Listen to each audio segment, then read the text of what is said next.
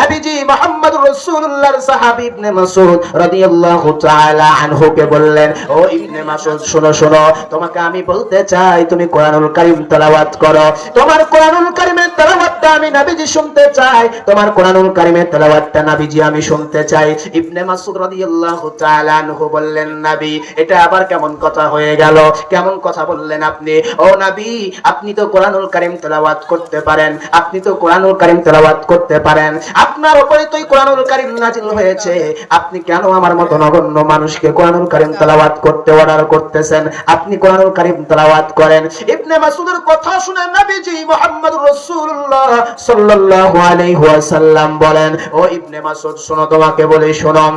ইবনে মাসউদ, আল্লাহ রাব্বুল আলামিন আমার উপরে কোরআনুল কারীম নাযিল করেছে, এটাও ঠিক। আমি নবীজি কোরআনুল কারীম তেলাওয়াত করতে পারি, এটাও ঠিক। কিন্তু ইবনে মাসউদ শোনো, তোমাকে বলি শোনো, আমি নবীজি এটাও ভালোবাসি যারা কোরআনুল কারীম তেলাওয়াত করে তাদের কাছ থেকে শুনতে। জোরে কান সুবহানাল্লাহ। ও ইবনে মাসউদ, আমি তোমার কাছ থেকে কোরআনুল কারীমের তেলাওয়াতটা শুনতে চাই, তুমি একটু তেলাওয়াত করো।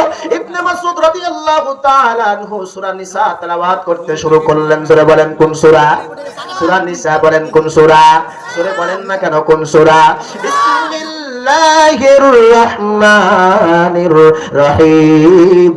ইয়া আইয়ুহান নাস اتقوا ربكم الذي خلقكم من نفس واحدة وخلق منها زوجها وبث منهما رجالا كثيرا ونساء واتقوا الله الذي تساءلون به والأرحام إن الله كان عليكم رقيبا।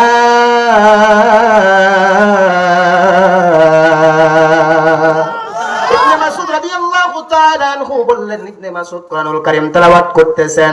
ইবনে মাসউদ কোরআনুল কারীম তেলাওয়াত করতেছেন, নবীজি তলনিকে মুখ করে কোরআনুল কারীমের তেলাওয়াত শুনতেছেন। চমৎকার লাগতেছে। ইবনে মাসউদের গলার কণ্ঠটা খুব সুন্দরভাবে তেলাওয়াত করতেছেন। মনোমুগ্ধ হয়ে যাচ্ছে, অন্তরটা ঠান্ডা হয়ে যাচ্ছে। আমাদের মাঝে অনেকেই মানুষ যখন কোরআনুল কারীম তেলাওয়াত করে, গলার কণ্ঠ সুন্দর হলে আমরা বলি বাবা আরেকটু তেলাওয়াত করো, বলে কি বলি না? কথা বলেন, কথা বলেন, বলি কি বলি না? আমরা বলি বাবা আরেকটু তেলাওয়াত করো, ওই ছোট্ট বাচ্চাটি আবার তেলাওয়াত করে। আমরা আবারও বলি বাবা আরেকটা সূরা বলো, আবার একটা সূরা বলে, আবারও বলি বাবা আরেকটা সূরা বলো, আবার একটা সূরা বলে, কি বলে না? কেন বলি আমরা? আমাদের শুনতে ভালো লাগে, মহব্বত মনে হয়, ভালোবাসা মনে হয়, অন্তরটা ঠান্ডা হয়ে যায়, এমনটা হয়, এজন্যই তো আমরা বলি। আমার ভাইরা, আমার বন্ধুগণেরা, দেখেন ইবনে মাসউদ রাদিয়াল্লাহু তাআলা আনহু কোরআনুল কারীম তেলাওয়াত করছেন সূরা নিসা।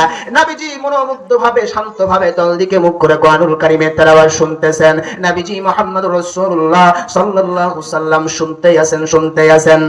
কিন্তু ইবনে মাসউদ রাদিয়াল্লাহু তাআলা আনহু সূরার নিসার ভিতরে একটি আয়াত রয়েছে, এমন একটি আয়াত তেলাওয়াত করলেন, নবীজি চমকে গেলেন। ইবনে মাসউদ তেলাওয়াত করলেন, ফাকাইফা ইযা জিনা মিন কুল্লি উম্মাতিন বিশাহিদিন ওয়া জিনা বিকা আলা হাউলাই শাহীদা। ইবনে মাসউদ রাদিয়াল্লাহু তাআলা আনহু যখন এই কোরআনুল কারীমের আয়াতটি তেলাওয়াত করলেন, আল্লাহর নবী মুহাম্মদ রাসূলুল্লাহ মাথাটা চাড়লেন, চিৎকার করে বললেন, ইবনে মাসউদ দাঁড়িয়ে যাও, আর কোরআনুল কারীম তেলাওয়াত করিও না। ও ইবনে মাসউদ দাঁড়াও, দাঁড়াও, আর কোরআনুল কারীম তেলাওয়াত করিও না। ইবনে মাসউদ চমকে গেলেন। ইবনে মাসউদ নবীজির চোখের দিকে তাকালেন, দেখলেন নবীজির চোখ বয়ে বয়ে পানি পড়তেছে।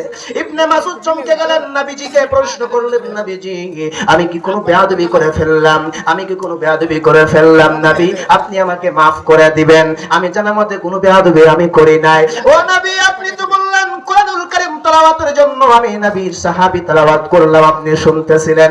নবীজি বললেন, ইবনে মাসউদ তুমি কোনো দোষ করো নাই, তোমার সুন্দর কণ্ঠ তেলাওয়াতটা আমাকে খুব ভালো লাগতেছিল, শুনতেছিলাম। ও নবী, তাহলে বলেন তো আপনার চোখে পানি কেন আসলো? নবীজি মুহাম্মদুর রাসূলুল্লাহ বলেন, সাহাবী ইবনে মাসউদ শোনো, তুমি কোরআনুল কারীম তেলাওয়াত করছিলা, এমন একটা আয়াত তেলাওয়াত করেছো, ফাকাইফা ইযা জিনা মিন কুল্লি উম্মাতিন বিশাহিদিন ওয়া জিনা বিকা আলা হাউলাই শাহিদা। ও ইবনে মাসউদ, তুমি জানো আয়াতের অর্থ কি জানো? কিয়ামতের ময়দানে আল্লাহ পাক রব্বুল আলামিন সব বান্দাকে একত্রিত করবে, সবাইকে একত্রিত করার পর সবাই মিলে হিসাব দিতে শুরু করবে।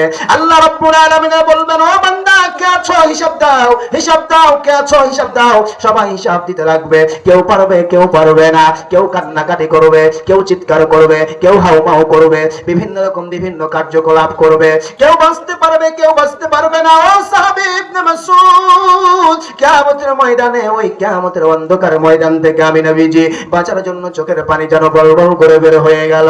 ইবনে মাসউদ, কিয়ামতের ময়দানে সবাই মিলে একত্রিত হবে, উলঙ্গ অবস্থায় থাকবে, মেয়েরা উলঙ্গ থাকবে, পুরুষরা উলঙ্গ থাকবে, ছোটগুলা উলঙ্গ থাকবে, বড়গুলা উলঙ্গ থাকবে, সবাই একাকার হয়ে যাবে, সবাই একাকার হবে। আম্মা জান আয়েশা রাদিয়াল্লাহু আনহা প্রশ্ন করলেন, নবীজি সবাই যদি উলঙ্গ অবস্থায় থাকে তাহলে তো একে অপরকে দেখাদেখি করবে, ও নবী কিয়ামত হবে কেমন? সবাই তো উলঙ্গ অবস্থায় থাকলে খারাপ দেখাবে।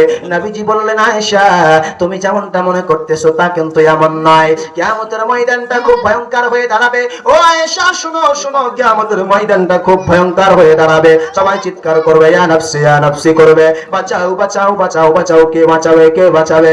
কেউ বাঁচাবার থাকবে না। এই পৃথিবীর জমিনে যদি আমাকে কেউ মারে, আমার ভাই আগিয়ে আসবে। এই পৃথিবীতে যদি আমাকে কেউ গালি দেয়, আমার বন্ধু প্রতিশোধ নেওয়ার চেষ্টা করবে, আমার প্রতিবেশীরা সাহায্য আমাকে করবে। কিন্তু কিয়ামতের ময়দানে কেউ কাউকে সহযোগিতা করতে পারবে না, কেউ কাউকে সহযোগিতা করার সাহসও পাবে না, কেউ সহযোগিতা করতেও চাইবে না।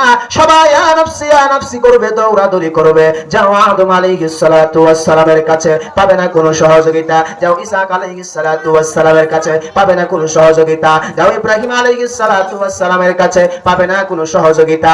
লাস্টে গিয়ে দাঁড়াবে মুহাম্মদুর রাসূলুল্লাহর কাছে। আমার নবীজি সিজদারত অবস্থায় পড়ে থাকবেন, নবীজি সিজদারত অবস্থায় পড়ে আছেন। ইয়া উম্মতি ইয়া উম্মতি ইয়া উম্মতি বলে কান্না করবে। আমার নবীজি, আল্লাহ রাব্বুল আলামিন বলবে, মুহাম্মদ কেন আপনি আজকে সিজদা অবস্থায় পড়ে আছেন, কেন আপনি কান্নাকাটি করতেছেন? মুহাম্মদুর রাসূলুল্লাহ বলবেন, মালিক আমার উম্মতদেরকে বিনা হিসাব জান্নাত দাও, না হলে আমি শান্ত হব না, আমি মাথা তুলব না। আল্লাহ পাক রব্বুল আলামিন বলবেন, নবী আপনার দোয়া কবুল করে তাদেরকে জান্নাত দান করলাম। জোরে বলুন সুবহানাল্লাহ।